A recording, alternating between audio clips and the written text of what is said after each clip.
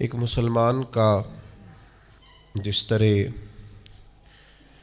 اللہ تبارک و تعالیٰ کے ساتھ ایک گہرا، مضبوط اور سب سے مستحکم رشتہ ہوتا ہے، اور جس طرح اس کا سب سے مضبوط اور مستحکم رشتہ نبی کریم صلی اللہ تعالیٰ علیہ وسلم کی اعلی مرتبت بارگاہ کے ساتھ ہوتا ہے، ان مضبوط رشتوں کے ساتھ ساتھ پھر انسان کے تعلقات معاشرے کے ساتھ ہوتے ہیں، کنبے کے ساتھ ہوتے ہیں، پڑوسیوں کے ساتھ ہوتے ہیں، دوستوں کے ساتھ ہوتے ہیں، استاد شاگرد کا آپس میں رشتہ ہے، پیر مرید کا آپس میں رشتہ ہے، بھائی کا بھائی سے تعلق ہے۔ ان سارے رشتوں کے ساتھ ساتھ انسان کا ایک رشتہ اپنے آپ کے ساتھ بھی ہوتا ہے۔ انسان کا اپنے نفس کے ساتھ، اپنی ذات کے ساتھ بھی تعلق ہوتا ہے۔ نبی کریم صلی اللہ تعالیٰ علیہ وسلم نے ایک لفظ کہہ کے نا کہ تم پر تمہاری ذات کا بھی حق ہے، تم پر تمہارے نفس کا بھی حق ہے، تو ہم پر ہمارے حقوق بھی نبی کریم نے مقرر فرما دیے۔ جناب عبداللہ ابن عمر خود فرماتے ہیں کہ سرکار نے مجھ سے پوچھا کہ عبداللہ یہ بات ٹھیک ہے کہ تم ہر روز ہی نفلی روزہ رکھتے ہو اور ہر رات ہی نفلی عبادت کرتے ہو؟ تو میں نے عرض کیا یا رسول اللہ صلی اللہ تعالیٰ علیہ وسلم ایسا ہی ہے۔ اللہ کے پیارے حبیب علیہ الصلوۃ والسلام نے فرمایا ایسا نہ کرو۔ وہ نفلی روزہ رکھتے تھے، ہر روز ہر رات نفلی عبادت کرتے تھے، تو محبوب نے ان سے تصدیق کرانے کے بعد فرمایا ایسا نہ کرو، کبھی روزہ رکھا کرو، کبھی افطار کیا کرو، اور فرمایا کبھی نماز پڑھا کرو، کبھی سو جایا کرو۔ کیوں؟ اس لیے کہ حضور فرمانے لگے تمہارے جسم کا بھی تم پر حق ہے، تمہاری آنکھ کا بھی تم پر حق ہے کہ اسے نیند آتی ہے، تمہاری بیوی کا بھی تم پر حق ہے، اور فرمایا تم سے جو ملاقات کرنے کے لیے آتا ہے اس کا بھی تم پر حق ہے۔ تو یہ لفظ کہہ کے کہ تمہارے اپنے اوپر بھی حقوق ہیں، تمہاری ذات کے بھی تم پر حق ہیں۔ بعض لوگ تصوف اور طریقت کے نام پر بہت مشکل باتیں کرتے ہیں اور بہت مشکل باتیں سناتے ہیں، اور بعض لوگ پھر ان باتوں کا بڑا سخت اور مشکل معنی بھی لیتے ہیں کہ بڑی شدید جد و جہد کرنی چاہیے، ہمیشہ راستہ وہی اختیار کرنا چاہیے جو مشقت والا ہو، ہمیشہ وہی کام کرنے چاہیے جن کے اندر زیادہ دشواری ہو۔ ٹھیک ہے، بعض اوقات مشقت والے کام، مجاہدے والے کام انسان کی نفس کی تربیت کے لیے بڑے اچھے ہوتے ہیں، لیکن ایسی مشقتیں، ایسے مجاہدے جو انسان کو اتنا کمزور کر دیں کہ وہ ضرورت کے جو حقوق ہیں وہ بھی پورے کرنے کے قابل نہ رہے، اس کی صحت پر ہی اثر انداز ہو جائیں، وہ آنے جانے والوں سے ملنے کے قابل ہی نہ رہے، وہ دیگر اس کے ذمے جو اس کے خاندان کے قبیلے کے بال بچوں کے حقوق ہیں وہ ادا ہی نہ کر سکے، تو اسلام اس کی بھی اجازت نہیں دیتا۔ خود ساختہ تصوف اور خود ساختہ طریقت کا جو مفہوم لوگوں نے بنا لیا ہے وہ مفہوم بھی درست نہیں ہے۔ ہمارے بزرگ تھے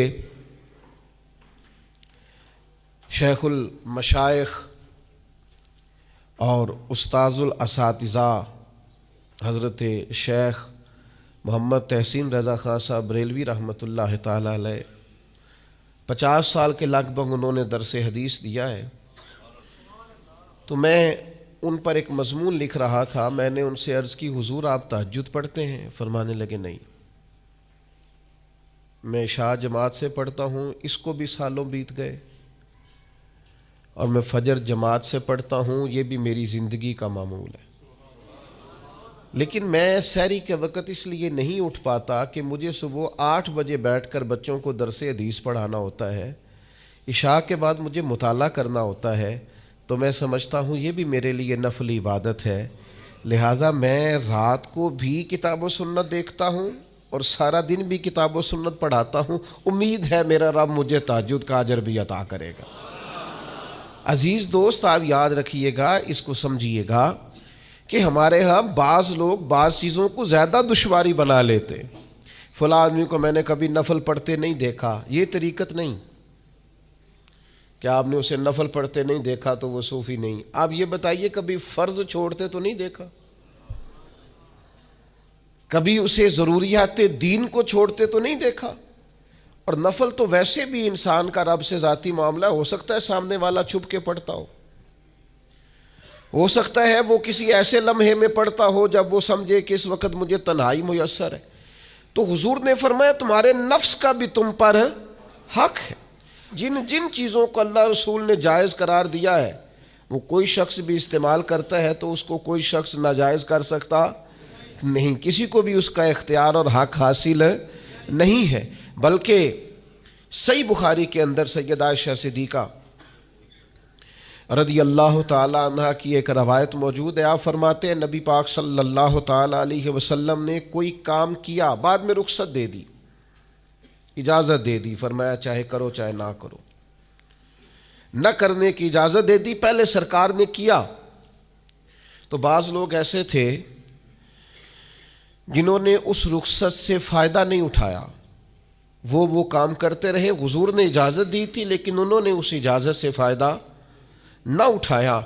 تو نبی کریم علیہ السلام کو جب اس بات کا علم ہوا تو محبوب نے اللہ کی حمد کی اور حضور فرمانے لگے یہ بعض لوگوں کو کیا ہو گیا ہے کہ وہ ان کاموں سے بچتے ہیں جو میں کرتا ہوں، یعنی جس رخصت اور گنجائش پر میں عمل کر رہا ہوں اللہ کا محبوب ہو کے، وہ اس چیز کو چھوڑ رہے ہیں، اس سے اعتراض برت رہے ہیں حالانکہ میں اجازت دے رہا ہوں. اور پھر اللہ کے حبیب علیہ السلام نے کیا خوبصورت انداز میں اس سارے مفہوم کو اتنا سمیٹا کہ اس کو ہمیشہ کے لیے بند کر دیا. اللہ کے محبوب فرمانے لگے مجھے اللہ کی قسم میں تم سب سے زیادہ رب کو جانتا ہوں اور میں تم سب سے زیادہ اللہ سے ڈرتا ہوں. تو جب میں کسی گنجائش پہ عمل کر رہا ہوں، جب میں کسی ضرورت پر عمل کر رہا ہوں، تو یہاں ایک دوست تشریف لائے ہمارے پاس تو وہ ہمیں مشورہ دینے لگے کہ آپ کے ہاں بچوں کو چھٹی ہوتی ہے تو وہ تقریباً 1.5 دن بنتا ہے، ظہر کی نماز کے بعد ہفتے کو وہ چلے جاتے ہیں اور اتوار کا سارا دن وہ چھٹی میں رہتے ہیں، تو یہ 1.5 دن پورا ان کا ضائع ہوتا ہے. تو یہ تو معاملہ ٹھیک نہیں ہے. اس طرح تو ایسا ہے نا کہ مدارس دینیہ میں کیا کام ہے چھٹی کا. تو میں نے ان سے کہا ہو سکتا ہے مدرسے کے طالب علموں کو بھی نیند آتی ہو سکتا ہے ان کا بھی کبھی کسی گراؤنڈ میں جا کے کھیلنے کو جی چاہتا ہو سکتا ہے یہ بھی اسی طرح کے لوگ ہوں جس طرح کے عام بچے ہوتے ہیں، ہو سکتا ہے وہ ساری خواہشات ان کے اندر بھی پائی جاتی ہوں جو باقی لوگوں کے اندر پائی جاتی ہیں. آپ وہ پابندیاں کیوں لگاتے ہیں جو پابندی اللہ رسول نے نہیں لگائی؟ جس چیز کو شریعت نے بین نہیں کیا ہم کون ہوتے ہیں اس کو بین کرنے والے؟ سمجھیں. ہاں ایک بات ضرور ہے، ہم اپنے وجود کے مالک نہیں ہیں، اس کا مالک اللہ ہے. وہ خالق ہے، ہم مخلوق ہیں. وہ معبود ہے، ہم اس کے عابد ہیں. وہ ہمارا مالک ہے. ہمیں اپنے نفس کو، اپنے وجود کو اس کی فرما برداری میں رکھنا. نفس کے حق کا یہ مطلب نہیں ہے کہ خواہش نفس میں اگر کوئی ناجائز چیز پیدا ہوتی ہے تو اس کی تکمیل کے لیے بھی ہم دوڑ پڑیں گے. اس کی شریعت کے اندر اجازت نہیں ہے. اجازت اس بات کی ہے کہ جن چیزوں کو شریعت نے جائز قرار دیا ہے آپ اگر ان کا حصول چاہتے ہیں، آسانی چاہتے ہیں تو آپ ضرور ان کو اختیار کریں، کوئی منع والی بات نہیں ہے.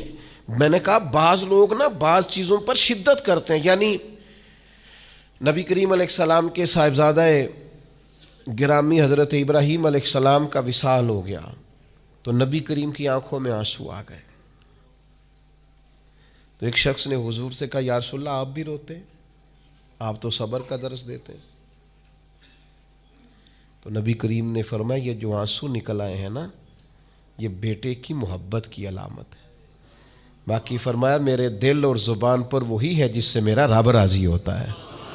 میں اللہ سے کوئی شکوہ نہیں کر رہا، اس کی تقدیر پر راضی ہوں. لیکن یہ کہ جو انسان پر اللہ تعالیٰ نے کچھ فطری محبت رکھی آپ اس کو بھی قبول نہیں کرتے بعض لوگ. تو کچھ لوگ بعض لوگوں پر زیادہ شدت کرتے ہیں. بعض لوگ بعض چیزوں کے معاملے میں زیادہ شدت کا. حضرت عمر کو نبی پاک نے کچھ نذرانہ دینا چاہا, ہدیہ دینا چاہا. ایک ہے آپ کسی سے مانگتے ہیں, ایک ہے کوئی آپ کو دیتا ہے. ان دونوں باتوں میں وہ جو تحفہ لینا دینا ہے اسے تو حضور نے فرمایا محبت بڑھتی ہے. تو حضرت یہ صحیح بخاری میں موجود ہے, نبی کریم نے کچھ دیا تو حضرت عمر عرض کرنے لگے نہیں یا رسول اللہ ضرورت نہیں. تو محبوب نے فرمایا جو بن مانگے ملے وہ تو اللہ کی طرف سے ہے. وہ ایک صاحب مجھے کہنے لگے فلاں صاحب کہتے ہیں ہم چندہ نہیں مانگتے. تو میں نے کہا وہ زیادہ نیک ہونا چاہتے ہیں, کوئی حرج والی بات نہیں. وہ چندہ نہیں مانگتے, وہ زیادہ پرہیزگار ہونا چاہتے ہیں, زیادہ آگے بڑھنا چاہتے ہیں. ورنہ نبی پاک نے تو اعلان کیا ہے کہ تبوک پہ جانا ہے, مجاہدوں کو چندے کی ضرورت ہے. اعلان کیا کہ نہیں کیا رسول پاک نے؟ تو آپ کس کو علماء کی توہین کا پہلو بنائیں گے؟ رسول اللہ صلی اللہ علیہ وسلم نے اعلان نہیں فرمایا؟ اگرچہ مالک کے کل ہیں لیکن حضور نے اعلان کیا. اور قرآن مجید میں تو کفار نے شکوہ کیا ہے کہ رب ہم سے مانگتا ہے معاذ اللہ. اس کا معنی یہ ہے کہ اللہ فقیر ہے, ہم غنی ہیں. یا آپ 28ویں پارے میں دیکھ لیں کہ رب کہتا ہے قرض حسنہ دو, تو آپ کیا معاذ اللہ یہ آیتیں دے کے اللہ پر تنقید کریں گے؟ معاذ اللہ ثم معاذ اللہ, نقل کفر نباشت کہ اللہ لوگوں سے کہتا ہے میرے راستے میں خرچ کرو, اور ایک جگہ نہیں جگہ جگہ کہتا ہے. آپ کچھ زیادہ نیک ہونا چاہتے ہیں؟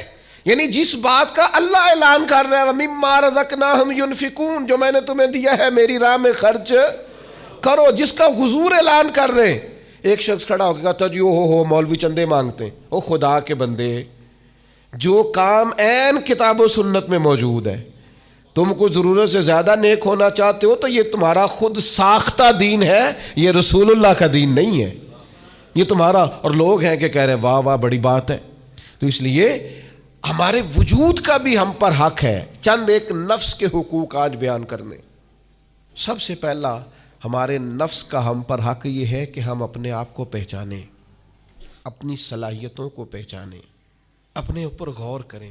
قرآن مجید نے ارشاد فرمایا کہ بل الانسان علی نفسہ بصیرہ, فرمایا بلکہ انسان خود اپنے اوپر گواہ ہے, اسے اپنا پتہ ہے. بہانے بنائے تو بات الگ ہے, یہ خود پر گواہ ہے, اسے خبر ہے. انسان عالم اصغر ہے, ہم نہ اپنے آپ کو پہچانتے نہیں, ہمیں اپنی خوبیوں کا پتہ نہیں ہوتا. یہ جو ہم استاذ کے پاس جاتے ہیں نا, یہ جو ہم مرشد کے پاس جاتے ہیں نا, وہ ہمیں نکھار کے نا تو وہ ہماری خوبیاں ہماری آنکھوں کے سامنے کر دیتے ہیں کہ یہ تمہارے اندر صلاحیت ہے. وہ تراش کے نا پتھر کو تو اسے ہیرا بنا دیتے ہیں, وہ نکموں کو کام کا بنا دیتے ہیں. وہ کیا کرتے ہیں کہ وہ ہمیں ہمارے اپنے آپ سے آگاہ کر دیتے ہیں. یعنی ہے وہی تیرے زمانے کا امام برحق جو تجھے حاضر و موجود سے بیزار کرے اور موت کی شکل میں دکھلا کے تجھے جلوہ یار زندگی تیرے لیے اور بھی دشوار کرے. وہ جو تیرا جینا اوکھا کر دینا, مشکل نہیں میں کہتا, اگرچہ اردو ہے لیکن مشکل اور اوکھا, یہ اوکھا ذرا زیادہ وزنی ہے. جو جینا اوکھا کر دے وہ درویش ہوتا ہے, جو تیرے لیے مشکل کر دے. بھائی اپنے آپ کو پہچانے, اپنے اوپر غور کریں. اللہ تعالیٰ نے بنایا ہے اور بنانے والا کہتا لقد خلقنا الانسان فی احسن تقویم. بنانے والا کہتا ہے میں نے تجھے بڑی بہترین ساخت میں بنایا. او انسان میں نے تجھے بڑا ہی سونا بنایا. کوئی تیرے ناک پر تنقید کرے تو کرے, تو کہہ تجھے پتہ نہیں یہ چاہت کس کی ہے, میں مرضی سے نہیں بنا, یہ بنانے والے نے بنایا ہے. اس نے تجھے سونا بنایا, تو اپنے آپ کو پہچانتا ہی نہیں. تو جو ہے نا خدا جانے بلندی ہے کہ پستی پر جہاں میں ہوں وہاں کوئی نہیں ہے. تو اپنے قد سے بھی پیار کر, تو اپنے رنگ سے بھی پیار کر, تو اپنے وجود کی ساخت سے بھی پیار کر. اور پھر وہ کہتا ہے تجھے بنایا, باقی سارا کچھ تیرے لیے بنایا. هو الذی خلق لکم ما فی الارض جمیعا. رب کہتا ہے زمین میں جو کچھ ہے نا میں نے سارا تیرے لیے بنایا. تجھے اللہ رسول کے لیے بنایا ہے, اور باقی زمین میں جو کچھ ہے وہ سارا تو پہچانتا ہی نہیں. یہ ہر چیز مسخر ہے تیرے سامنے. اتنا بڑا ہاتھی ہوتا ہے اور ایک عام آدمی ہلکی سی چھڑی لے کے اسے چلا رہا ہوتا ہے. اونٹ کتنا لمبا چوڑا وزنی ہوتا ہے لیکن ایک عام آدمی اس کے ناک میں نکیل ڈال کے اسے گھما رہا ہوتا ہے. کتنی بڑی بھینس ہوتی ہے لیکن چھوٹے سے بچے نے مہار پکڑی ہوئی ہوتی ہے. ایک عام آدمی پائلٹ بن کر جہاز پہ بیٹھتا ہے اور منوں ٹنوں کے حساب سے وزن ہے، افراد ہے، لیکن ہواؤں پر سواری کر کے اسے چیرتا ہوا وہ مہینوں کی منزلیں گھنٹوں میں طے کر کے کراس کرتا ہے. تسخیر کائنات کے لیے تجھے بنایا ہے، تو سو رہا ہے، تو جاگتا ہی نہیں، تو اپنے آپ کو پہچانتا ہی نہیں. اقبال سے کسی نے کہا میں رب تک جانا چاہتا ہوں، تو اقبال کہنے لگے عجب نہیں کہ خدا تک تیری رسائی ہو، پر تیری نظر سے تو پوشیدہ ہے آدمی کا مقام. تو بندے کے مقام کوئی نہیں سمجھ سکا ابھی تک. من عرف نفسہ فقد عرف ربا. درویش کہتے ہیں جو اپنے آپ کو پہچان گیا وہی تو اپنے رب کو پہچان گیا. اپنی قدر کو پہچانے، اپنی اہمیت کو پہچانے.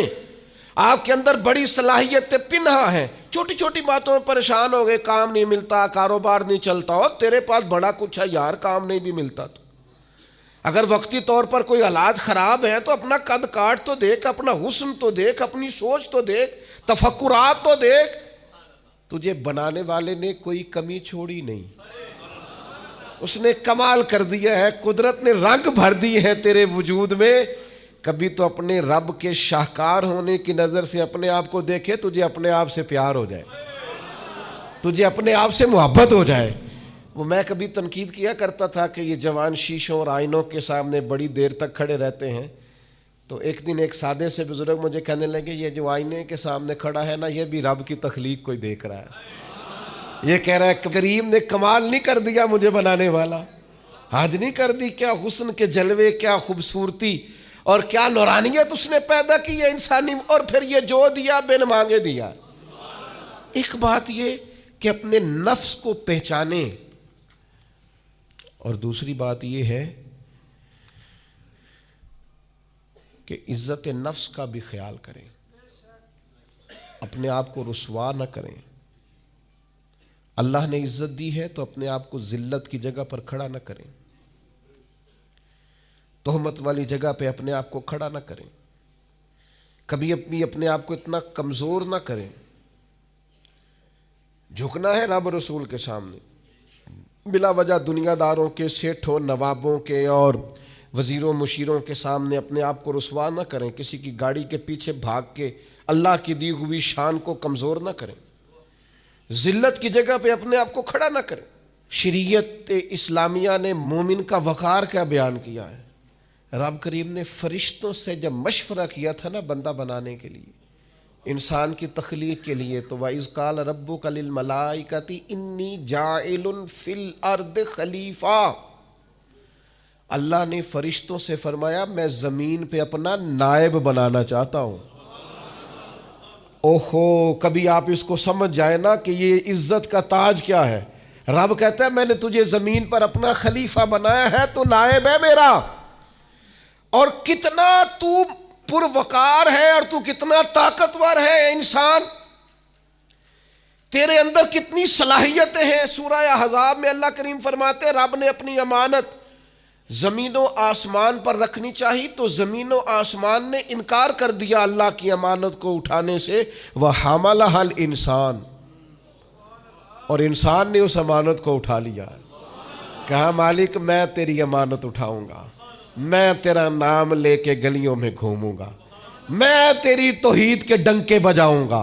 حضرت انسان نے کہا میں تیرے نام کے نعرے لگاؤں گا، میں تیری عبادت کروں گا، میں تیرے لیے نکلوں گا، میں تیرے لیے خیرات کروں گا، میں تیرے رشتے میں اپنی صلاحیت. وَحَمَلَهَا الْإِنسان، انسان نے امانت اٹھائی اور کہا مالک میں نکلوں گا تیرے نام کی سربلندی کے لیے، میں تیرے نام پر جہاد کروں گا. اگر جان دینی پڑی تو دعائیں مانگ مانگ کے کہوں گا مالک میں تیرے رستے میں شہید ہونا چاہتا ہوں. اللہ کی امانت کو حضرت انسان کیوں اپنے آپ کو رسوائی والی جگہ پہ کھڑا کرے، کیوں کمزور کرے. بہت پہلے کہا تھا، فقیر آدمی ہوں، جو باتیں کہتا ہوں کوشش کرتا ہوں سوچ سمجھ کے کہوں. بہت پہلے کہا تھا میں نے کہ جو اپنی برادری کو بڑا جانتا ہے اس کی زیادتی نہیں، زیادتی اس کی ہے جو اپنی برادری کو سب سے چھوٹا جانتا ہے.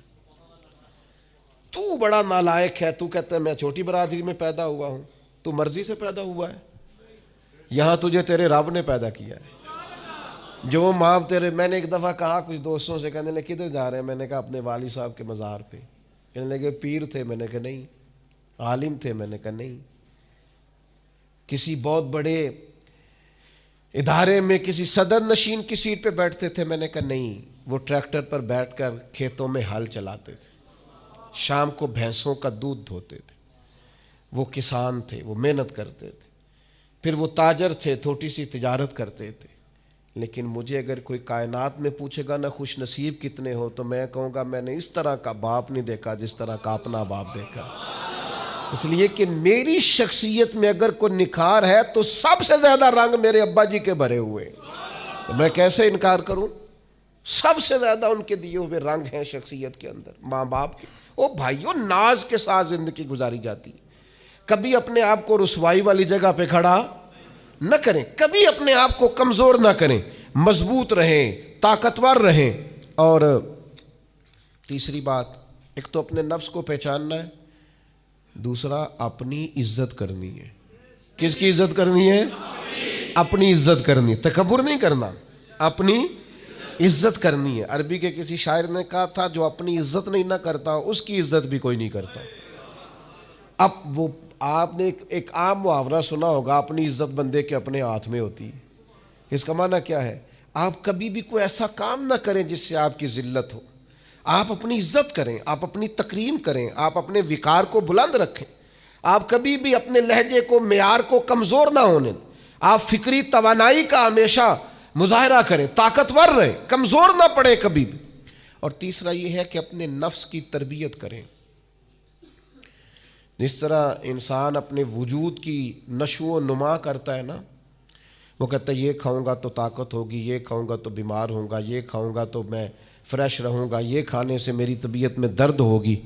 اسی طرح وہ اپنی تربیت کرے، اپنی نشو و نما کرے، اپنی روحانی تربیت پر توجہ دے. وہ دیکھے یہ کام کرنے سے میری طبیعت گناہ کی طرف مائل ہوتی ہے، اس بری صحبت میں بیٹھنے سے میرے اندر بعض بری چیزیں آتی ہیں، اس کے پاس بیٹھنے سے سوچے میری گدلی میلی کچیلی ہوتی، اور اس شخص کی صحبت جو ہے وہ مجھے تازہ کرتی ہے، اللہ کے قریب کرتی.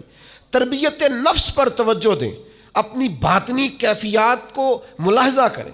اپنی تربیت سب سے زیادہ انسان خود کر سکتا ہے. بل الانسان علی نفسہ بصیرہ، انسان خود اپنے اوپر گواہ ہے.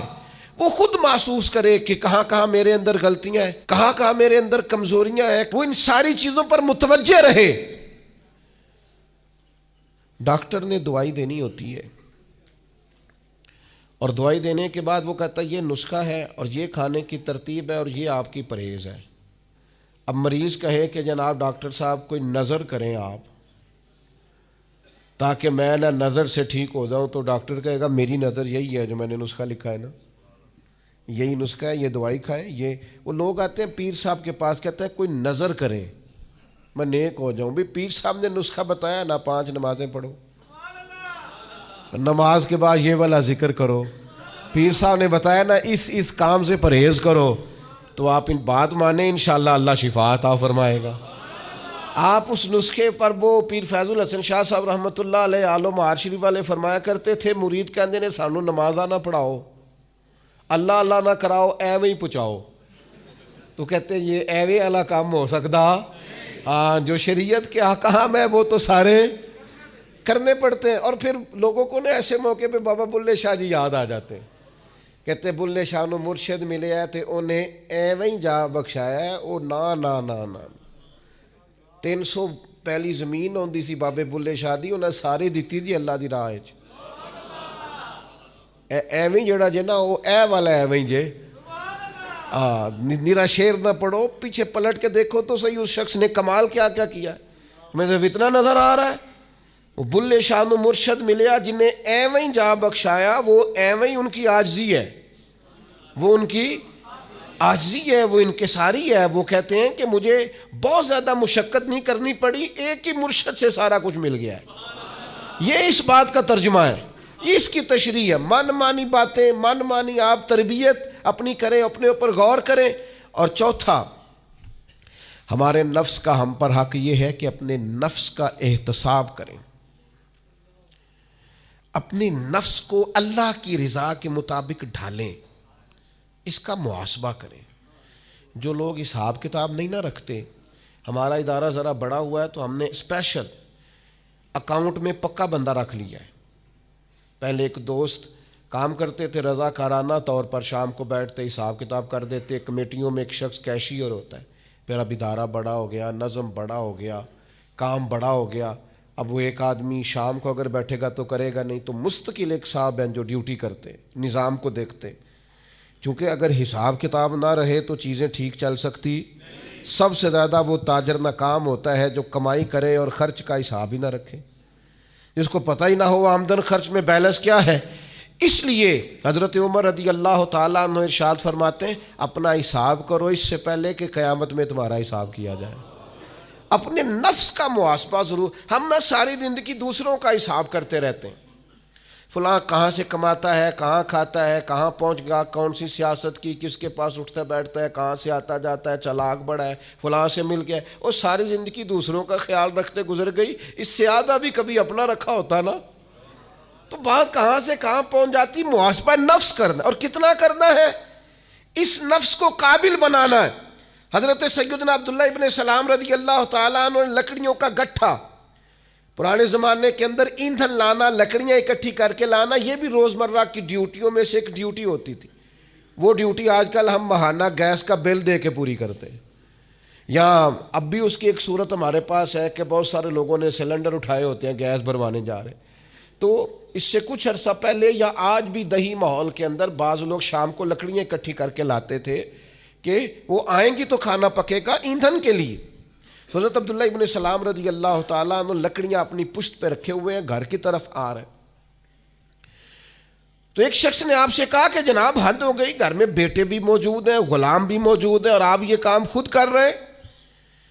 تو حضرت عبداللہ ابن سلام فرمانے لگے بیٹے بھی موجود ہیں اور غلام بھی موجود ہیں، اور ایک بات اور بھی شامل کر رہا ہوں، اللہ کے فضل سے میرے بچے اور میرے خادم میرے فرما بردار بھی ہیں، بات بھی مانتے ہیں.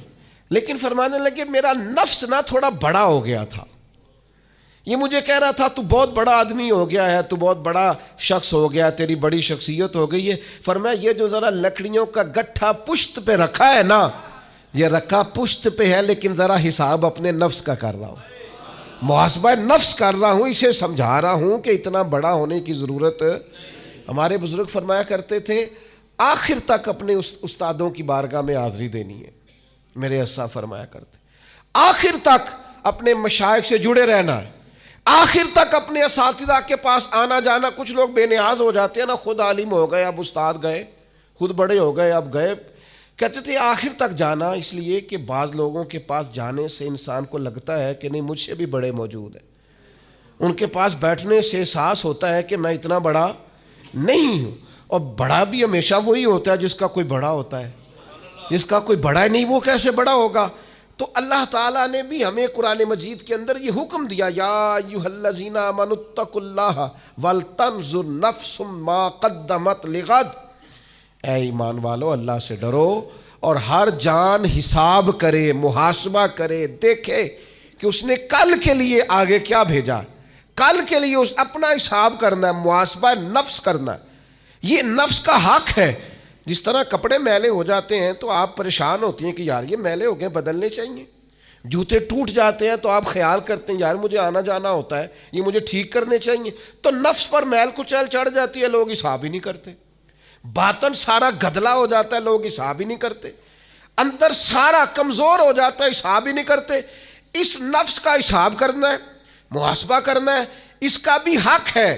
جس طرح آپ کے جسم کا حق ہے کہ لباس ٹھیک ہو، جوتے ٹھیک ہوں، آپ نے غسل کیا ہوا ہو، اس طرح آپ کے نفس کا بھی حق ہے. اس کا حق کیا ہے کہ اسے اتنا ٹھیک کر دے، اتنا محاسبہ کریں، اتنی اس کی عادات بہتر کریں کہ وہ رب کی رضا کے مطابق ڈھل جائے، اللہ رسول کی رضا کے مطابق دھل جائے، نکھر جائے، صاف ہو جائے. اس طرح کا ہو جائے کہ جب دنیا سے جانے لگے تو آواز آئے یا ایتھا النفس المطمئنہ اے نفس مطمئنہ ارجعی الی ربک راضیۃ مرضیہ، لوٹ اپنے رب کی طرف، تو اپنے رب سے راضی ہے اور تیرا رب تجھ سے راضی ہے۔ اس نفس کو اللہ کی رضا کے مطابق ڈھال دیں۔ حضرت ابراہیم ابن ادم رحمۃ اللہ علیہ ایک دن مریدوں کے بیچ بیٹھے ہوئے تھے، فرمانے لگے دنیا میں جو کچھ ہوتا ہے میری مرضی سے ہوتا ہے۔ تو سارے مرید آپ کی طرح کے عقیدت مند تو نہیں نہ ہوتے چپ کر کے سن لیں، کچھ سوچتے بھی ہیں، ان کا دماغ فوری طور پر تنقید کی طرف بھی مائل ہوتا ہے۔ جب آپ نے فرمایا کہ دنیا میں جو کچھ ہو رہا ہے میری مرضی سے ہو رہا ہے، تو کچھ لوگ جو تھے ان کی آنکھیں بتاتی تھیں کہ سوال فوری طور پر آ گیا ہے، ذہنوں کو پریشان کر رہا ہے۔ تو ایک صاحب نے کہہ لیا حضور یہ بڑا دعویٰ ہی نہیں، دنیا میں جو ہو رہا ہے میری مرضی سے ہو رہا ہے۔ فرمانے لگے اصل بات نہیں نا، تم نے آگے پوچھا ہی نہیں، میں بتانے لگا تھا۔ کچھ لوگ پریشان جلدی ہو جاتے، اگلا صفحہ پڑھتے نہیں پچھلے پہ ہی پریشان ہو جاتے۔ کہا دنیا میں جو کچھ ہو رہا ہے میری مرضی سے ہو رہا ہے، اور میری مرضی وہی ہے جو میرے رب کریم کی مرضی ہے۔ میں نے اپنی مرضی اللہ کی مرضی میں فنا کر دی ہے، لہذا جو کچھ بھی ہو رہا ہے چونکہ میری مرضی وہی ہے جو میرے یا ایتھا النفس المطمئنہ ارجعی الی ربک راضیۃ مرضیہ، اے نفس مطمئنہ لوٹ اپنے رب کی طرف، وہ تجھ سے راضی ہے اور تو فادخلی فی عبادی، آجا میرے خاص بندوں میں داخل ہو جا، وادخلی جنتی، آنا میں نے تیرے لیے جنت تیار کی ہے، میری جنت میں داخل ہو جا۔ لیکن کیا کرنا ہے؟ نفس مطمئنہ، کون سا ایسا نفس تیار کرنا ہے جو اللہ سے راضی ہو اور اللہ اس سے راضی ہو۔ اس کا محاسبہ کر کے اس طرح کا بنا لیں کہ یہ اس طرح کا ہو جائے کہ جس طرح اللہ اس سے راضی ہے اور یہ اللہ